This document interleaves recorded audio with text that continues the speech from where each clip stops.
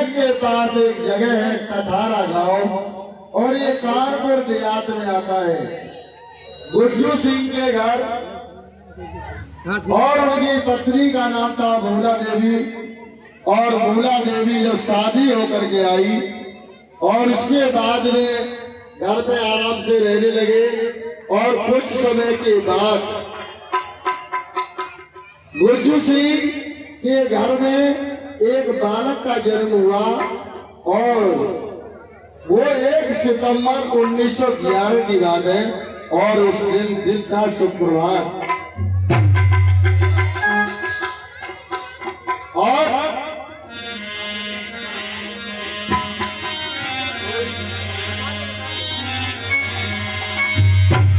कौन सा दिन? शुक्रवार। अरे सुनो मित्र धर ध्यान खुशी को चूकू भाई भारी रे खुशी चूकू भाई भारी। अरे लला लले बता मुसीबत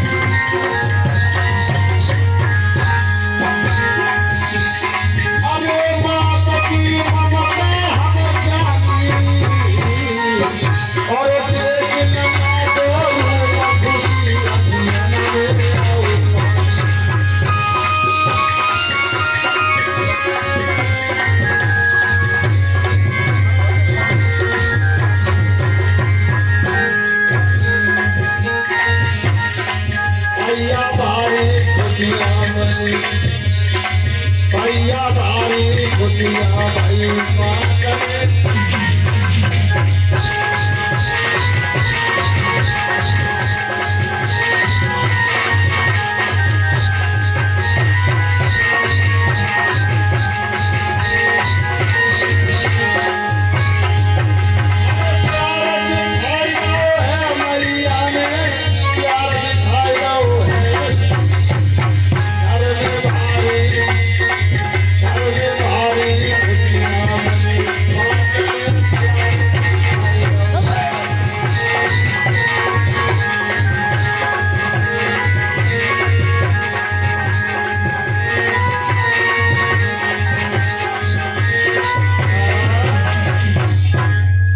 सितंबर और 1911 और दिन शुक्रवार।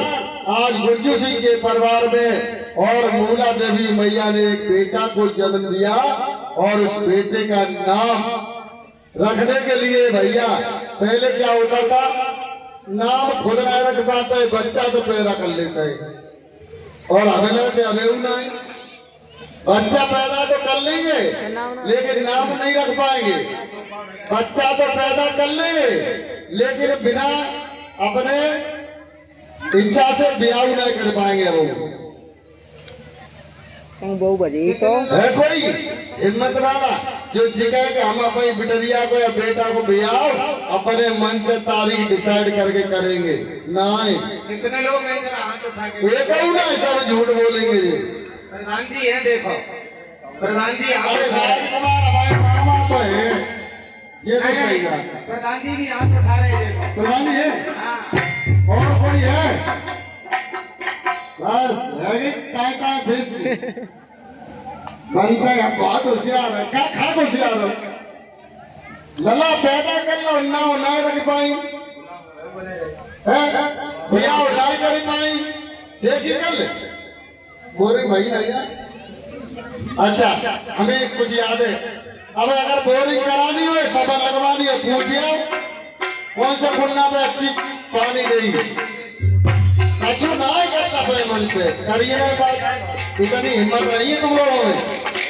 ये तो हिम्मत वाले कुछ लोग हुआ करते हैं। हाँ चलिए।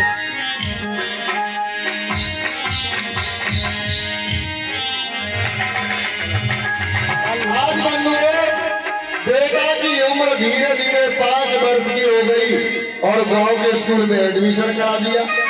अचानक मैया मूला देवी की तबीयत खराब हो गई बंधुओं, और ज्यादा पुरानी बात नहीं है, 1925 की है। 1925 में मैया मूला देवी की तबीयत अचानक खराब हो गई और गुरजू सिंह और बालक ललन सिंह पास में बैठ गए और इस मैया इस दुनिया को छोड़ के चली गई बंधुओं। रोने लगे, विलाप करने लगे, लेकिन क्या कर सकते थे।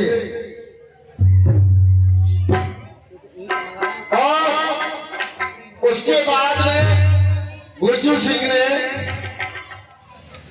अपनी पत्नी का दाह संस्कार कर दिया और गुरजू सिंह अपनी पत्नी का दाह संस्कार करने के बाद जब लौटे घर पे और घर खाली दिखाई दिया, तब उनको क्या लगा।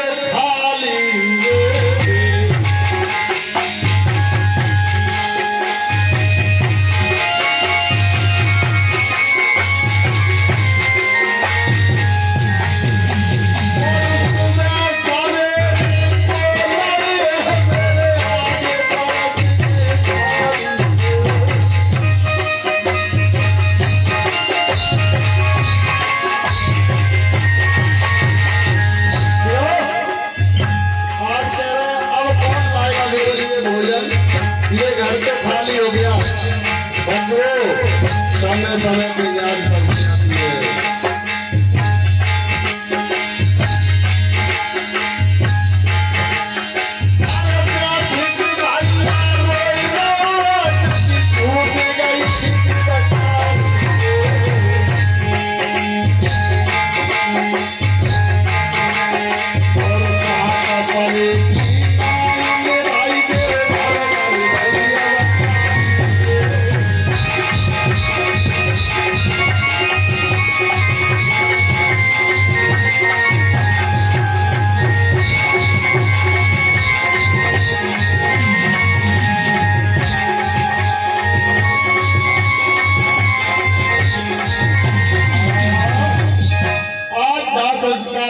बाद में गुरजू सिंह घर पे आए और रोते बिलखते रहे।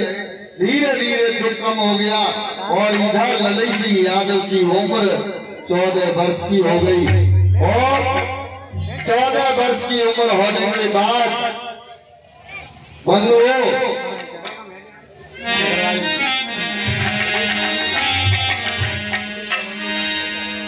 मूला देवी का दाह संस्कार होने के बाद पढ़ते रहे, पिताजी उनके पढ़ाते रहे और धीरे धीरे समय बीत गया और समय बीतने के बाद शादी का नंबर आ गया। तो आपको बता दें कि गांव रोरा कानपुर देहात से एक सरदार सिंह यादव नाम के व्यक्ति थे, तो वो आए शादी लेकर के और उनकी बेटी का नाम था दुलारी देवी। तो उनके साथ उसकी शादी हो गई और दुलारी देवी बिना पढ़ी लिखी घर में आई थी। बंधुओं शादी होने के बाद में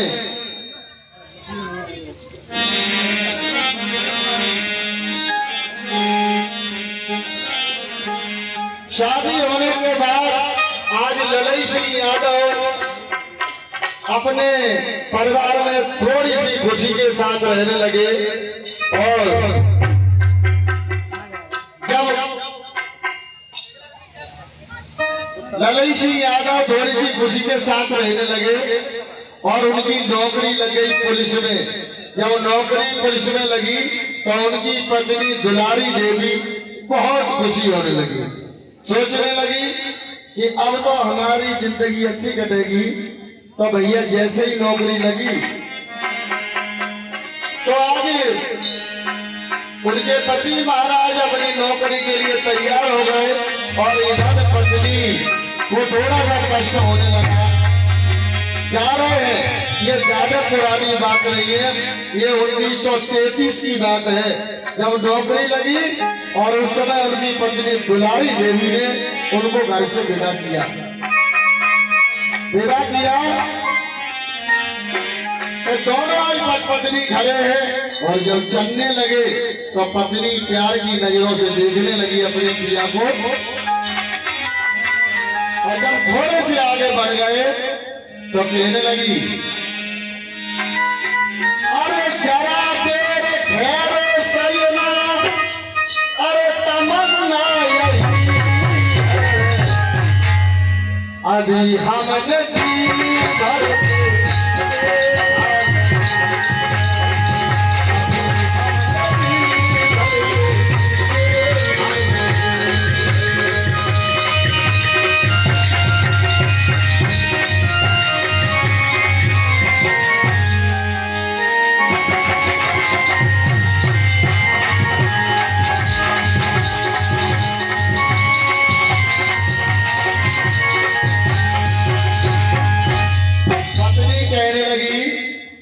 तो शादी भई है और तुम नौकरी पे जा रहे हो।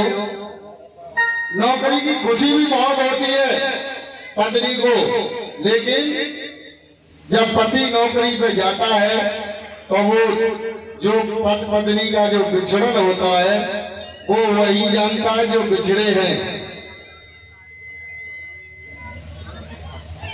उस समय पत्नी ये चाहती है जब उसका पति नौकरी पर जाता है तब उसके मन में ये विचार आता है ये नौकरी बेरे न होती तो आज हमारे पिया हमें छोड़ के नहीं जाते।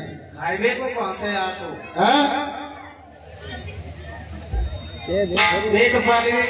तो नौकरी न होती तो बंधुओं धीरे धीरे चले गए नौकरी पर और कांस्टेबल बन गए पुलिस कंपनी में और बढ़कर मुरैना है आपके पास में मध्य प्रदेश, वहां पर 1933 में अपनी सर्विस को करने लगे और 1935 में घर में एक बेटी का जन्म हुआ और उस बेटी का नाम शकुंतला रखा गया।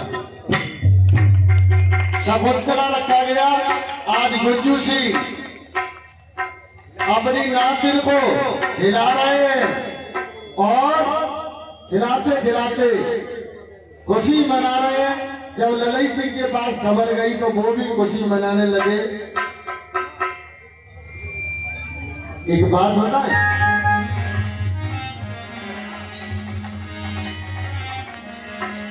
अरे बिटिया बराबर बेटा भैया तब न हो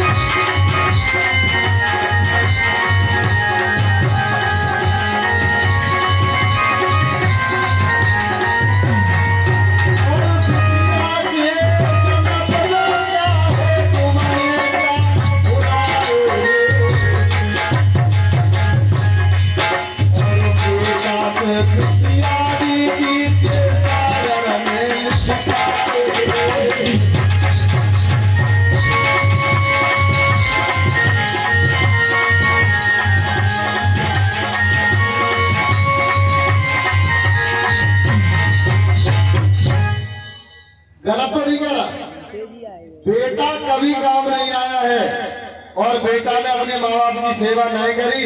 मम्मी पापा जाई नहीं लगे रहे, लगे पढ़ाई लिखाई दो, कभी हमारे बुढ़ापे की लाठी बनेगा, और जैसे ही नौकरी लगी फुर्र।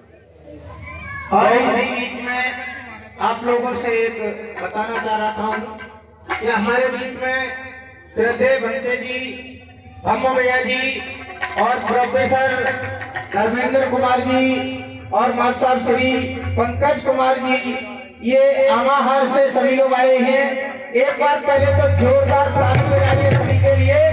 बहुत दूर से हमारे बीच में आए हैं और मैं कमेटी से सीधा चाहता हूं कि बिना कुछ विलंब किए सीधे सीधे भंते जी से चाहता हूं कि आप पुष्प लेने के लिए 2 मिनट, प्रोफेसर साहब से भी चाहता हूं कि आप भी पुष्प अर्पित करेंगे, और कमेटी के लोगों से चाहता हूं, आप डिग्री कॉलेज में प्रोफेसर जी हैं डॉक्टर श्री धर्मेंद्र कुमार जी बकेवर में, और आप श्रद्धेय पंकज कुमार जी हैं, आप भी टीचर हैं, और भंते जी धम्मो भैया जी हैं। अभी हमाहर में हम यहीं के यहाँ बहुत बड़ा जो कार्यक्रम हुआ था, आप लोगों के सहयोग से बहुत बड़ा कार्यक्रम। अरे भैया फूलों की व्यवस्था और ये पत्तियां इधर ले आओ, फटाफट ले आओ।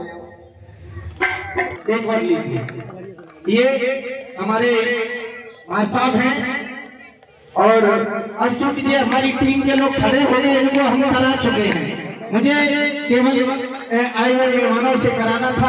आपको मैं बहुत बहुत प्रणाम करता हूं। हमारा कार्यक्रम जो रहा कैसा रहा, लोगों ने कैसा सही बताया, गलत बताया, और 2 शब्द कहने के बाद आप लोग हमको आशीर्वाद भी देंगे। श्रद्धेय भंते जी। हेलो सबको क्रांतिकारी जय भीम, नमो बुद्धाय।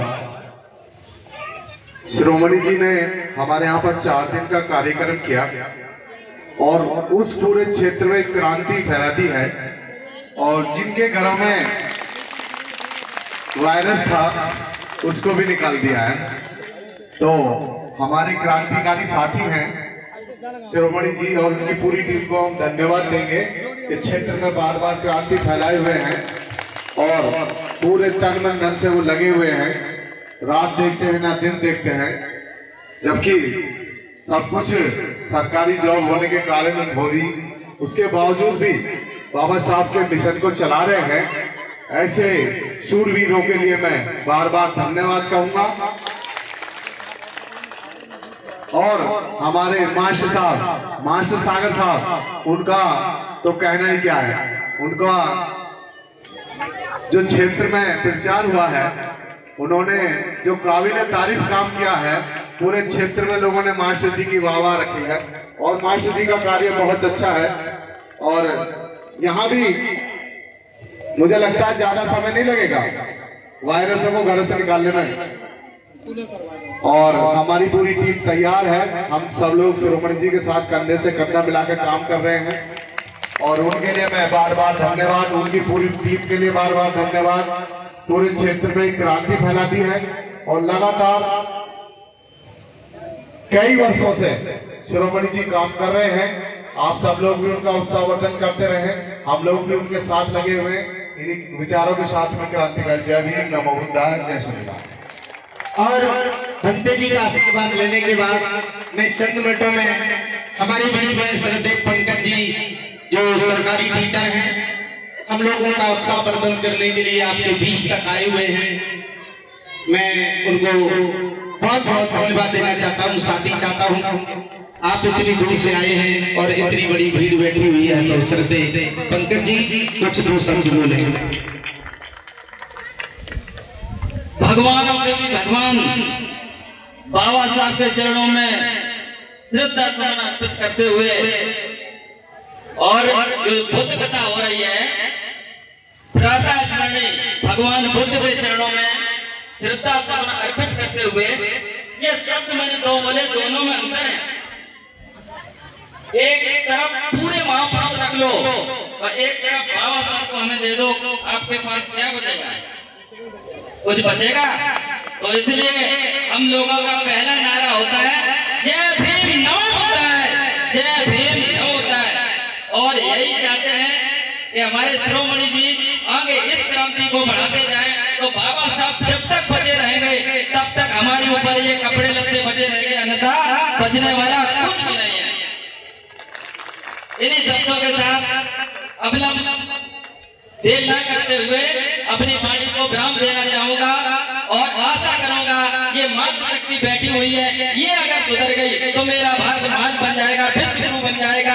आपके श्री चरणों में मेरा नमन है। रोज आइए, कथा सुनिए और निरंतर आपको लाभ मिलेगा। धन्यवाद।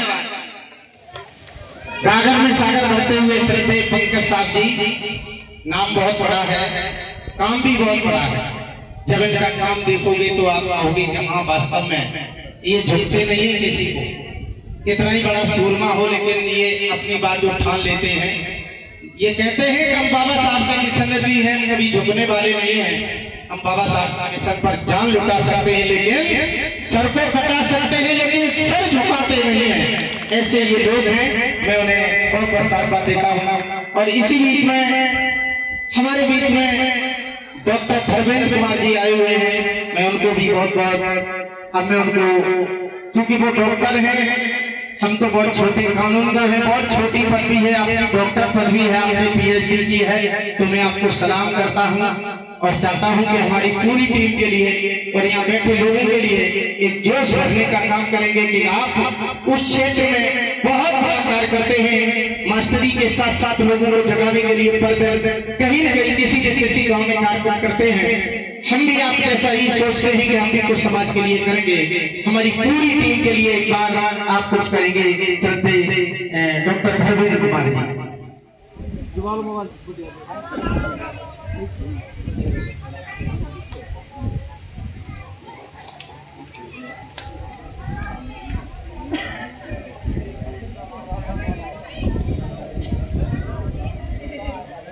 प्रातःस्मरणे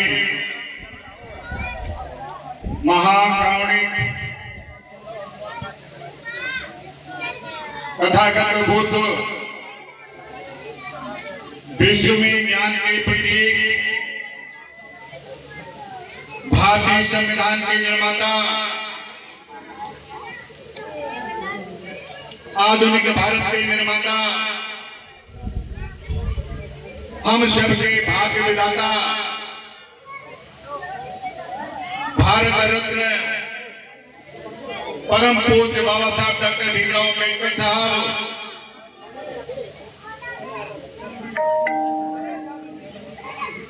महिलाओं को पहली शिक्षा के रूप में शिक्षा देने वाली माता सावित्रीबाई फुले जी, उनके इस शिक्षण महान कार्य में सहयोग करने वाली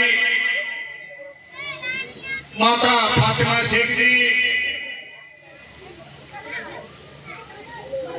राष्ट्रपिता ज्योतिबाराव फुले जी, आरक्षण के जनक छत्रपति साहू जी महाराज जी, संत गाडगे साहब, पेरियार रामास्वामी नायकर साहब, पेरियार ललित सिंह यादव साहब,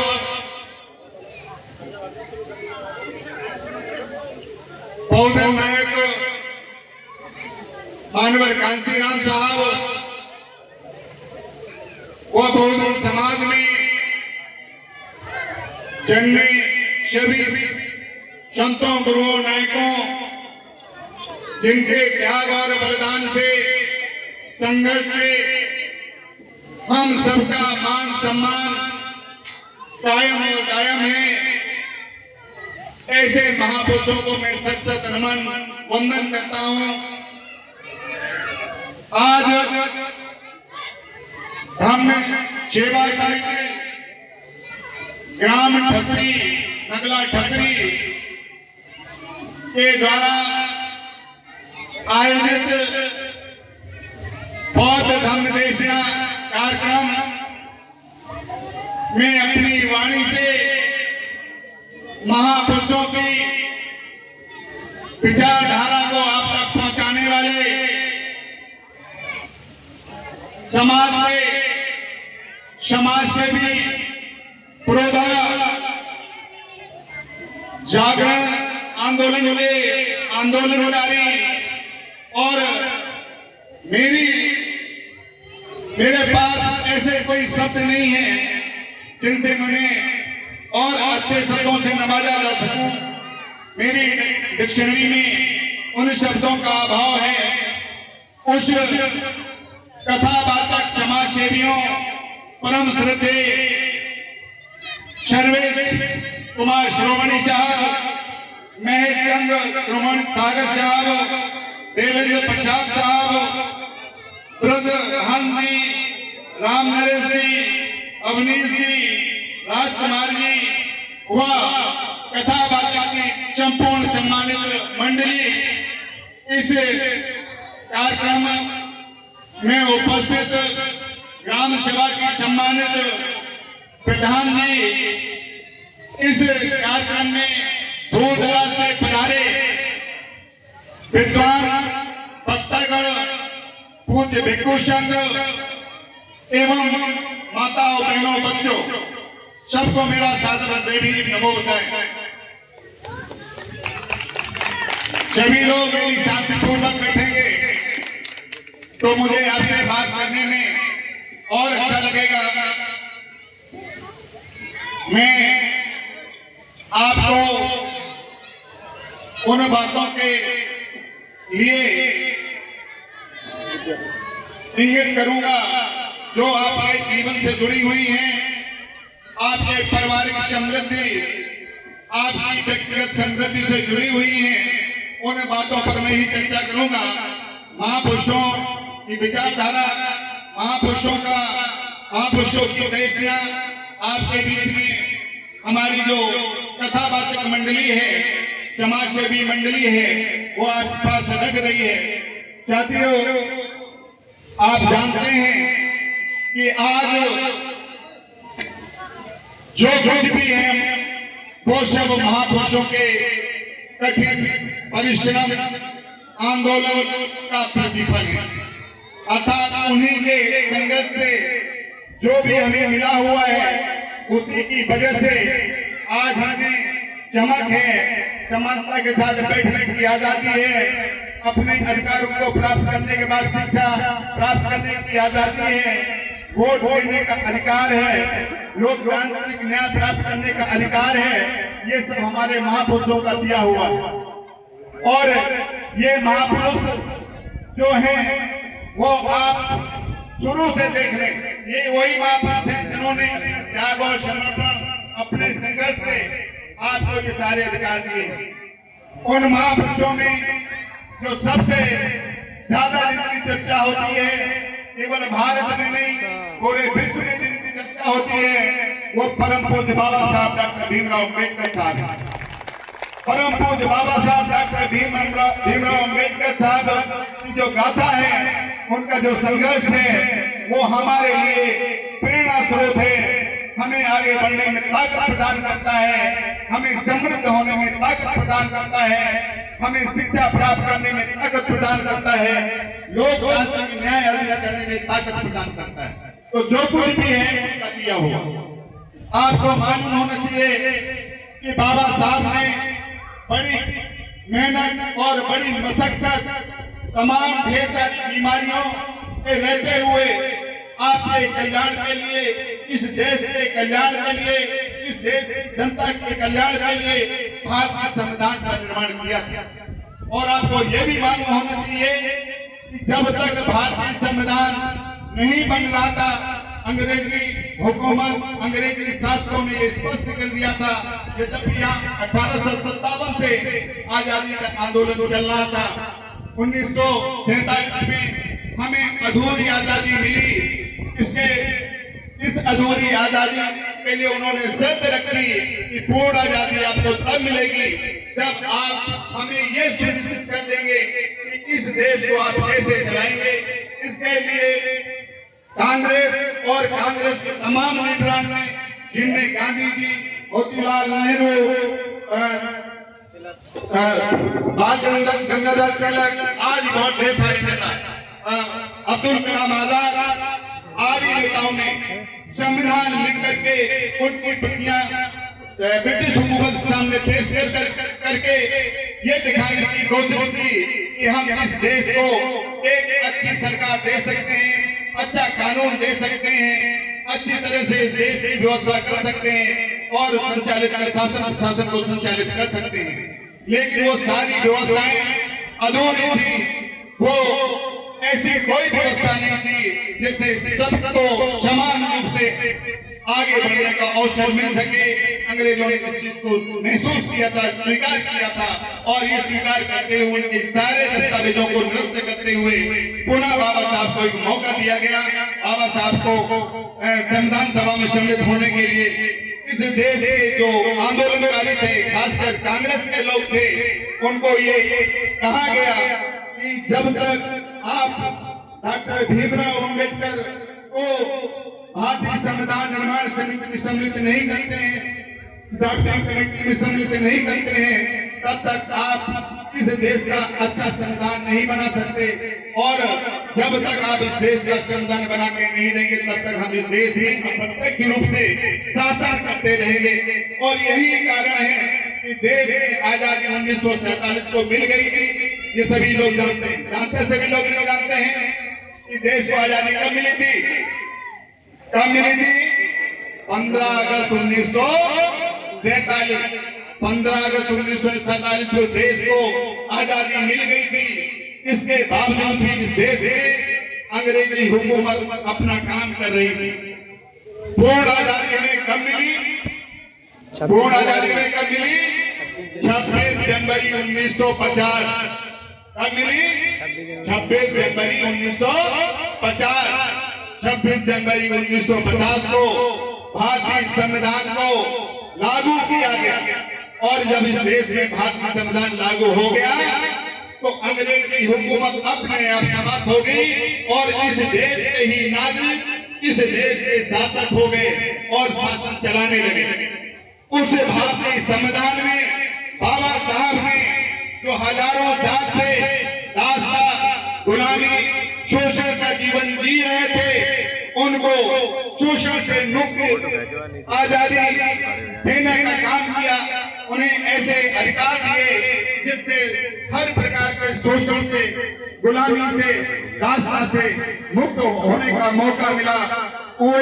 उसी संविधान से आज ये पूरा देश चल रहा है। उसी संविधान से इस देश की शासन व्यवस्थाएं चल रही हैं। तो बाबा साहब का जो हमारे ऊपर कर्ज है, महापुरुषों का जो हमारे ऊपर कर्ज है, उस कर्ज को हम कभी भी चुका नहीं सकते। लेकिन वो कर्ज के रूप में हम अपने मन में अनुग्रहित करते हैं, अपनाते हैं और ये दृढ़ संकल्प लेते हैं कि बाबा साहब का किया हुआ कार्य, महापुरुषों का दिया हुआ कारवा हम अपनी विचारधारा, अपनी आंदोलन से आगे बढ़ाते रहेंगे। उसी कृत्य के लिए ये ढेर सारे कार्यक्रम किए जाते हैं, चाहे बुद्ध कथा का आयोजन हो, चाहे रैलियों का आयोजन हो, चाहे गोष्ठियों का आयोजन हो, चाहे अम्बेडकर मेला का आयोजन हो। ये सारे आयोजन का उद्देश्य केवल महापुरुषों की विचारधारा, महापुरुषों के आंदोलन, महापुरुषों के संघर्षों को आगे बीच लाना और उनका संघर्ष क्या था? उनका संघर्ष था आपको शिक्षित करके शासन प्रशासन में हिस्सेदारी दिलाना, आपको राजनीतिक रूप से जागरूक करके इस देश का हुक्मरान बनाना, शासक बनाना, ये उनका संकल्प है।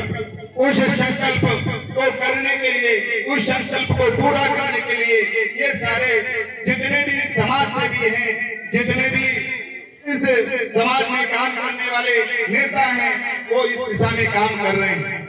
आपको ये भी ध्यान रखना चाहिए कि जो बाबा साहब के दिए हुए अधिकार हैं, बाबा साहब के दिए हुए जो व्यवस्थाएं हैं, उनका किसी गलत इस्तेमाल से होने से भी रोकना है।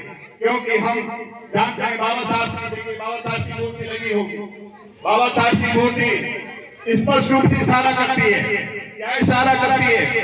बाबा साहब की मूर्ति स्पष्ट रूप से इशारा करती है कि इस देश का जो सबसे बड़ा मंदिर है वो संसद है विधानसभा है।